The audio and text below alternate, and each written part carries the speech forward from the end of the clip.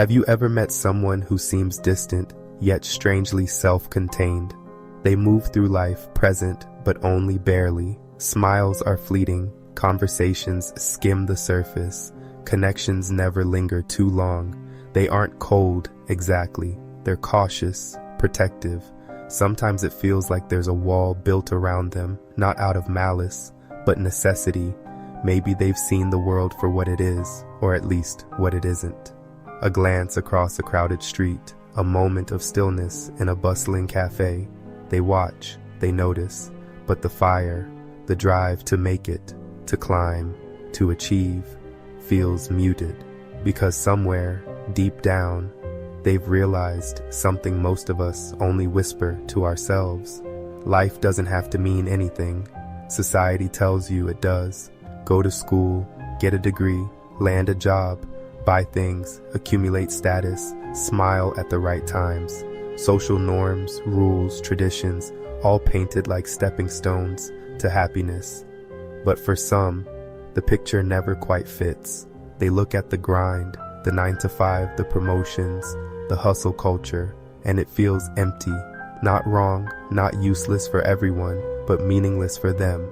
It's not laziness. It's not a lack of intelligence or ambition. It's a quiet disillusionment, a recognition that life's structures aren't guarantees. Money doesn't always buy peace. Status doesn't always buy respect. Success doesn't always buy contentment. They see the inequalities too. The system isn't neutral. It isn't fair. Riches accumulate for some, doors close for others. Rules exist, but mostly to benefit those already in power. And when you wake up to that, when you feel the walls of the system pressing against you, it's easy to feel trapped. You start asking questions most people would avoid. Why are we doing this? Who decided what counts as success? If the path is laid out for everyone, why does it leave so many behind? And the answers aren't comforting. So they stop chasing the metrics that were handed to them. Titles, promotions, social approval. Even love sometimes feels transactional. Instead, they float. Not in despair exactly. Floating implies motion, choice. It's more like drifting, moving through life without the anchor of traditional ambition. Some days they're numb. Other days, a strange freedom settles in. Because nothing feels mandatory. Nothing is required. That can be liberating. It can also be exhausting. Why bother? Existential fatigue sets in. The world feels heavy, but also absurdly inconsequential. A shrug, a quiet surrender, a glance at the sky, wondering if any of this really matters at all. So, what do? They escape. Entertainment, hobbies, daydreams that stretch into hours, music that drowns out the noise, online worlds where consequences are optional. They experiment, minimalist living, side gigs that don't promise fortune, unconventional routines, just living for the sake of living because chasing meaning feels pointless. Sometimes cynicism becomes armor, a shield against disappointment, against the constant pressure to care more, to try harder. They laugh at the absurdity of it all privately, sometimes bitterly, sometimes with a soft grin. But beneath the detachment, curiosity remains, always. They notice patterns, systems, people, power, failures, successes. They see how humans follow invisible scripts, unaware of the strings pulling them forward. And they wonder, what if you could live without pretending it all matters?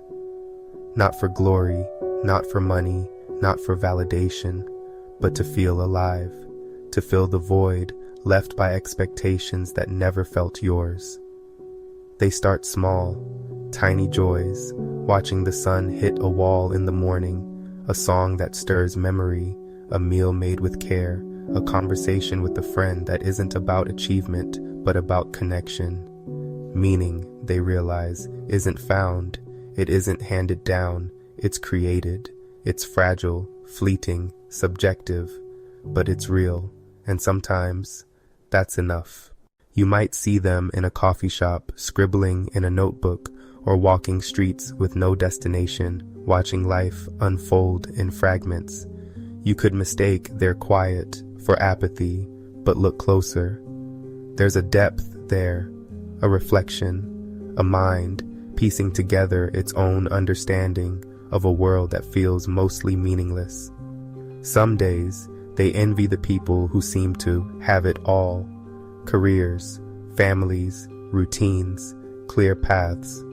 But then, they remember the cost, the anxiety, the compromises, the constant chasing, and suddenly the freedom of drifting feels preferable, because drifting doesn't demand, it allows. There's frustration too, though, anxiety over being lost, the feeling that everyone else is moving forward while they remain suspended. They wrestle with it quietly, some nights staring at a ceiling, wondering if they're lazy or broken or just awake. And this is where it gets strange, because in the space between nothingness and engagement, subtle wisdom grows. Your feelings of emptiness aren't failure, they're awareness. Your disillusionment isn't weakness, it's clarity. You don't have to live someone else's script to find value. And value can be micro. It can be the joy of a single morning, a project that teaches you something new, a conversation that lingers long after it ends. It doesn't need to scale. It doesn't need to impress. It simply exists. That's part of the psychology here. The mind protects itself, shields itself from disappointment, withdraws from hollow pursuits. And in doing so, it creates space. Space for thought, space for reflection, space for subtle joys. They may never climb the ladder society adores. They may never hit the targets they were supposed to. And sometimes, that's exactly the point. Detachment isn't weakness, it's awareness. Sometimes, the strongest action is inaction. Sometimes, the bravest step is to simply notice the world without swallowing it whole.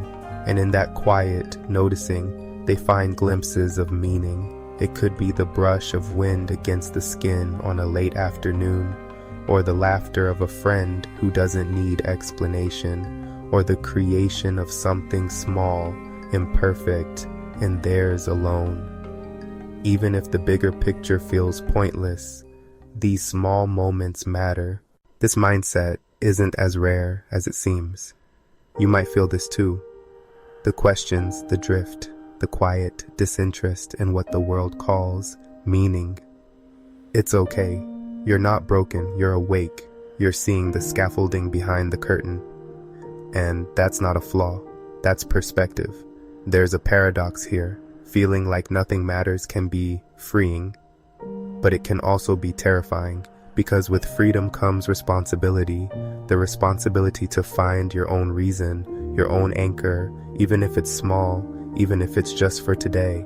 And sometimes, that's all we need. A purpose doesn't have to roar, sometimes it whispers. And drifting, detached as it may seem, is not emptiness. It's observing, it's choosing, it's living quietly. And in that quiet, maybe there is a clarity most never reach, a life seen for what it is and embraced anyways. Maybe that's the psychology of people who feel like nothing matters. Not avoidance for the sake of fear, not detachment for the sake of isolation, but a subtle reflective survival in a world that asks too much and gives too little. A recognition that meaning isn't given, it's discovered, crafted, felt, even in the smallest ways. And that's enough.